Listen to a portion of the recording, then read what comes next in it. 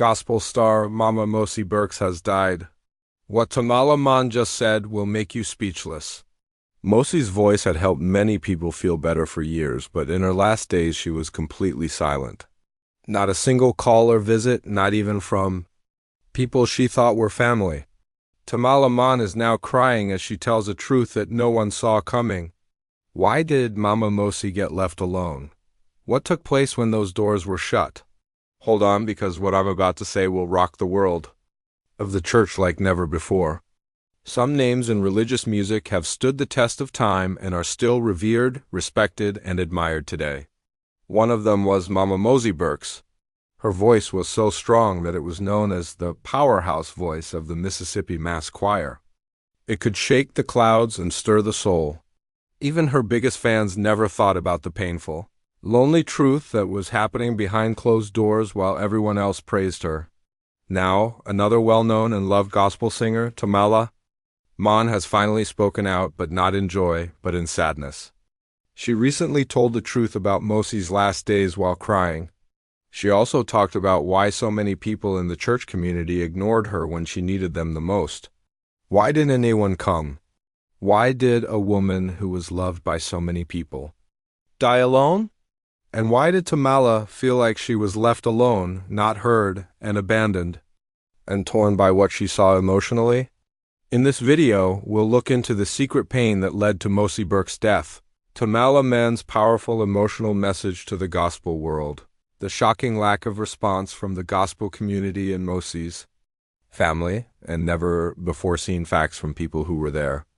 As for the last words Mosie spoke before she died, they shocked everyone who heard them. This is more than just a birthday present. This is a report. Hold on tight, because what you're about to hear is honest, painful, and long overdue. Trust me, this is where things really start to happen. Mama Mosie Burks wasn't like every other church singer. She was a choir star.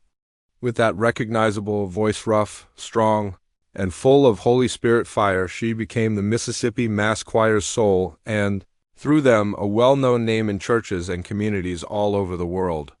She didn't just perform songs like, "When I Rose This Morning" and "I'm Not Tired Yet." They were statements of faith and stories wrapped in music. But as time went on and newer voices came on, Mosie slowly lost the focus. It was quiet as her health got worse, and the business she helped build turned down the volume on her presence. People thought she was just having fun being retired. They didn't know that Mosie was quietly going through mental, spiritual, and physical pain. People close to Mosie's family said that she didn't get much attention in her last few months. Fans, choir members, churchgoers, and preachers used to be all around her, but now she was locked in a quiet room and mostly by herself. Even visits from family stopped happening very often, and the people who used to be on stage with her and cheering her on seemed to leave when she needed comfort the most. A neighbor who did not want to be named said with tears in her eyes that no one showed up for weeks at a time. Nobody. She would just sit by her window and look out, hoping to recognize someone. It's hard to picture, right? A woman who gave a lot was left to feel very little. This wasn't just about being sick. This was about being emotionally left behind. And this is exactly what broke Tamela Mann's heart. But we will get to that, because this is where things start to go wrong. Mosie didn't have any big tributes while she was still alive, even though she was well known and praised. No gospel efforts that go viral. There were no attempts to raise money to help pay for her medical care or mental health. Where were her friends? Is what a lot of her fans are asking online. In a time of need, where was the church family? They don't want you to know this, though. When the news of Mama Mosie Burks' death spread on social media, people wrote beautiful condolences. It was amazing how her singing could cut through even the hardest hearts. Fans shared videos of her famous performances and worship, but Tamela Mann didn't speak right away. She was very quiet for a while, and then all of a sudden, Tamela broke down in tears during a recent gospel podcast interview. She finally spoke, but her voice was shaking and tears were running down her face. There wasn't anyone else who said it, though. That's why I will now. I and Mama Mosie both didn't deserve to be by ourselves. It wasn't just sadness. People felt guilty, angry, and alone when they wrote it. Tamela told a secret that not many people knew. During her last year, she tried to go see Mama Mosie more than once. But Tamela said that family members had grown distant and were blocking entry. Some were even said to have told gospel colleagues not to come. Tamela said that they kept telling her she was too tired to have people over. But what do you know? It was the lack of attention that made her tired, not love. It was then that Tamela made a shocking comparison to her own life. She said that even though she had decades of success with David Mann and Tyler Perry shows, she had felt abandoned by people she used to call church family. In my own life, there were times when I felt the same way, alone, forgotten, and not seen by the people I used to pray, sing, and serve God with. She felt ignored when she learned that Mosie, a spiritual mother to many, including herself, had died. This made Tamela's old wounds feel fresh again. She wasn't done yet. Tamela then said bad things about the fake sadness that broke out on social media when Mosie's death became public. "You guys were crying online, but where were you when she was crying by herself in that room?" she asked. It doesn't make up for what we didn't do while she was still alive to post old movies. That sentence hurt a lot. It wasn't just a call. It woke me up. In the days after her emotional interview, Tamela's words spread like wildfire, especially in the gospel and church groups. A lot of her friends stood by her and praised how brave she was. But not everyone agreed with them. Some people who work in the gospel allegedly thought she was trying to divide people, reopen old wounds, or make a personal grief public. Tamela wouldn't give up, though. She shared a scary quote on her page and said it made her think of Mosie. "When you're dead, people will praise you, but when you're living, they won't listen to your cries." She said that was what broke her heart the most. Mosie didn't just pass away. Before she died, no one remembered her. At this very moment, there were big holes in the church community. Fans began to doubt everything. What was the point of a public care effort for Mosie when she was dying? Why did big church events in the last few years forget about her? What other stars are going through hard times right now? Now, though, things get even worse in the story. Fans from all over the world sent tributes as soon as they heard Mama Mosie Burks had died. As a surprise, churches held praise breaks to honor her. It became popular again to watch old videos of her famous Mississippi Mass choir parts. But for Mosie's close friends and family, her death was not only sad, it was scary. A former hospice nurse who looked for Mosie in her last week says that her death was more complicated than anyone thought. She said that Mosie had hidden a secret letter in her Bible and asked that it be read after she died, but only if the truth wasn't being told. She didn't want to be named because she was afraid of being attacked, and they weren't telling the truth. That letter, which is said to be in the hands of a close spiritual friend, hasn't been made public in its entirety, but parts of it have been shared, and they are heartbreaking. Don't let them say I was at peace if I've already gone home to heaven. Peace doesn't come from being quiet. I missed you all. I waited and let go, but I was still alone. My people didn't stand by me, but God did. Take that in. Mosie Burks spent her last days waiting. For decades, she sang about happiness, sticking with things, and how good God is. Not for healing or fame, but for a knock on the door, a call, a friend, or a visit. What's worse, a number of well-known church leaders who performed with her, praised her, and even honored her at award shows never showed up once. Not even a call? In private gospel groups, their names are being talked about, but none of them have openly responded. Some fans are calling what's going on the betrayal of a hero. Some people say it's just how the industry treats its older workers. They're praised when they're helpful, but ignored when they're sick or old. But this line might have been the saddest part of Mosie's last message. People will scream for me in public, but I cried for them behind closed doors. I wish they knew. Think about a woman who gave her whole life to music and church, pleading in quiet for someone to show she still cared. Still, some of the biggest names in the preaching business haven't said a word. Where was the unity that we talk about? Where was the neighborhood that we talk about in the pulpits? Mosie was said to have written about Tamela Mann in the leaked paper. She told Mann, Tell Tamela I heard her song when the nurse played it.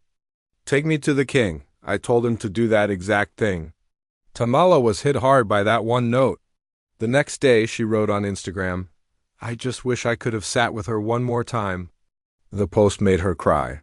I would have sung for her, not to show off, but to make her feel better.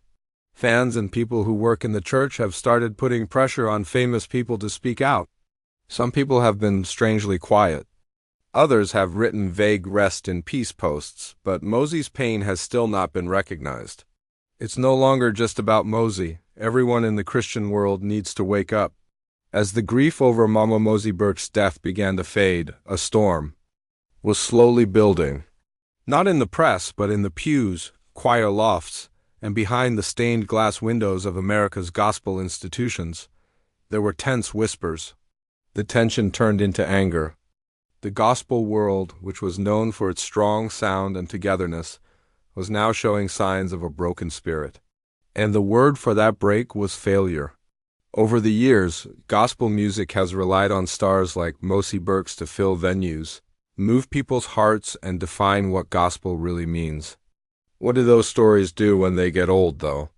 When they can't go on tour, sing, or put up movies that go viral? They are softly and strategically forgotten. Some independent gospel artists and people who are close to the Mississippi, mass choirs said that there were growing disagreements within the group about how to remember old legends like Mosie. Some people pushed for setting up funds to help people in retirement. Others thought that things should move forward with new, valuable talent. Sadly, the second one often won. This is what Tamela Mann showed in her sad call to action when she spoke out about the elephant in the sanctuary during a live stream gospel event. When we talk about love, we can't forget about our parents. That's not God, that's work. And faith was never meant to come first. The room went silent when her voice broke. The show wasn't real, it was a real cry. But not. Everyone was polite when they got Tamela's message. A lot of people in the business, like well-known gospel promoters and senior pastors, said they felt threatened by what she said. Some people said she was talking about private things in public. One person even said, "This is not TMZ, this is church. Shame doesn't belong here." Fans who watched from home knew what an irony it was. They knew what was true. Silence is what's wrong. Tamela wasn't the only one. Soon after her moving speech, younger gospel singers like Corin Hawthorne, Jonathan McReynolds, and even Leandria Johnson started singing the same song.